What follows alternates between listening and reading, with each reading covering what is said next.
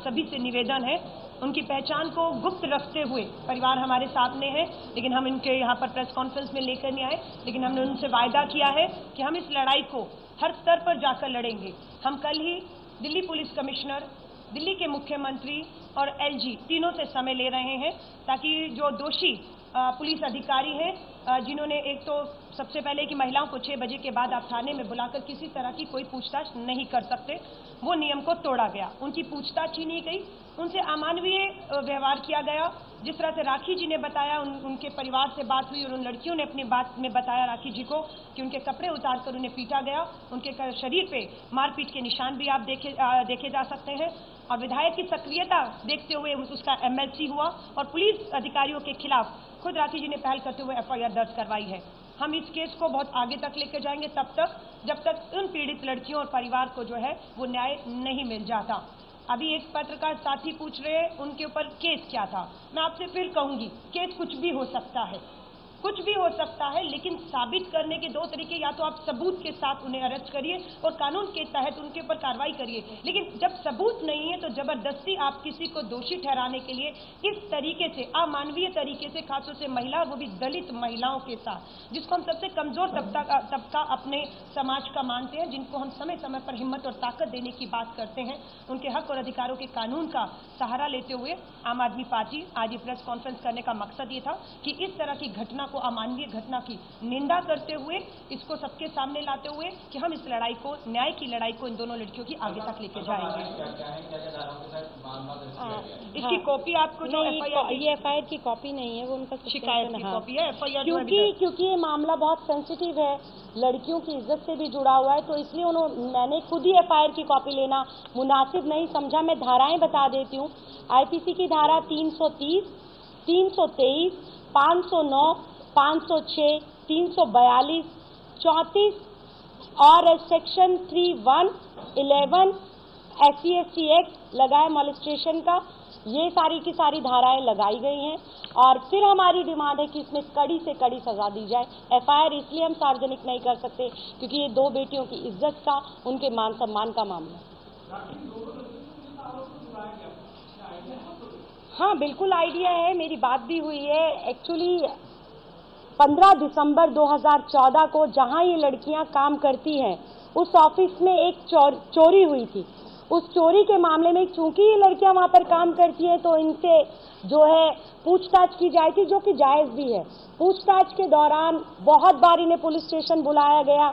दिसंबर 15 से लेके कल तक 3 या 4 महीने का समय हो चुका है, तो इस दौरान एक लड़की की शादी को भी 1 महीना हो चुका है। स्पेशली उस लड़की को ससुराल से बुलाया ये कहकर कि हम आपसे सिर्फ पूछताछ करेंगे और आपको छोड़ देंगे, लेकिन सुबह 9 बजे से लेकर शाम के 7, साढ़े 7 बजे तक इनसे पूछताछ के बहाने अमानवीय का हरकतें करी गई। मैं तो कहूंगी कि अटेम्प्ट टू रेप की भी कोशिश करी गई, क्योंकि किसी भी पुरुष का जो है इस तरह से किसी भी लड़की का कपड़े उतारना, ये एक तरह से इसी और इशारा करता है। तो ये सारी की सारी चीजें सुप्रीम कोर्ट के जितनी भी गाइडलाइंस है कि एक महिला के साथ किस प्रकार से पूछताछ करनी चाहिए, किस प्रकार से पुलिस को व्यवहार करना चाहिए, उनको तोड़ा गया है। एक पुलिस स्टेशन में सरेआम सुप्रीम कोर्ट के जजमेंट को, सुप्रीम कोर्ट के ऑर्डर को जो है तार-तार किया गया है। बस हमारी यही डिमांड है कि इसमें कड़ी से कड़ी इन लोगों को सजा मिले और लड़कियों को न्याय मिले।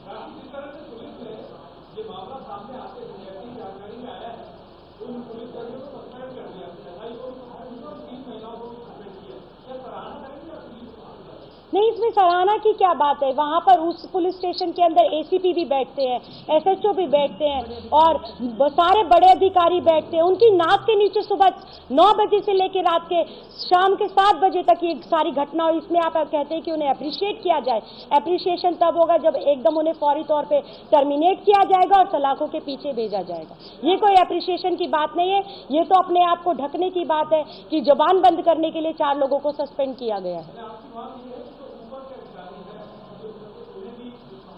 सर देखिए, मेरी कल से डिमांड है, पार्टी लेवल की या हमारे जो सीनियर लोगों की डिमांड है वो तो अभी आपके सामने अलका जी ने रखी ही।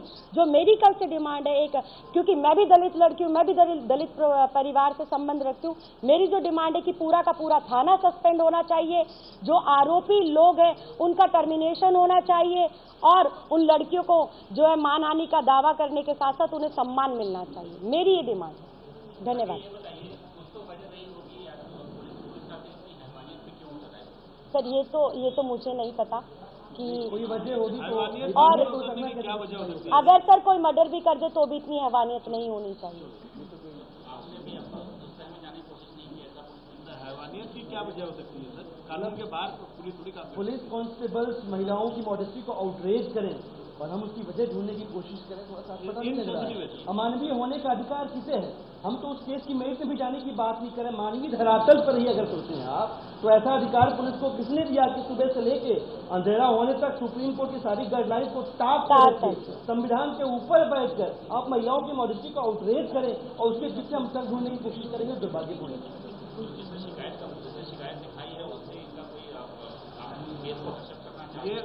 ये सारे सवाल आप पुलिस से पूछे, उनकी इन्वेस्टिगेशन की मेरिट पे हम कुछ भी नहीं कह रहे हैं, हम केवल उनकी जो कार्रवाई है उसकी मेरिट की बात कर रहे हैं। केस सही है गलत है ये सारी चीजें उनकी इन्वेस्टिगेशन में बाद में सामने आएंगी। क्या दिल्ली पुलिस को ये शोभा देता है कि वो 2 महिलाओं के साथ इस तरह का व्यवहार करे? क्या आधार है क्या आधार नहीं है वो बात की बात है, अभी व्यवहार की बात हो रही है। जब रक्षक ही भक्षक हो जाएंगे तो फिर इस दिल्ली की महिलाओं को कौन सुरक्षा देगा, कौन इनकी जिम्मेदारी लेगा, कौन अकाउंटेबिलिटी तय करेगा? Okay, thank you.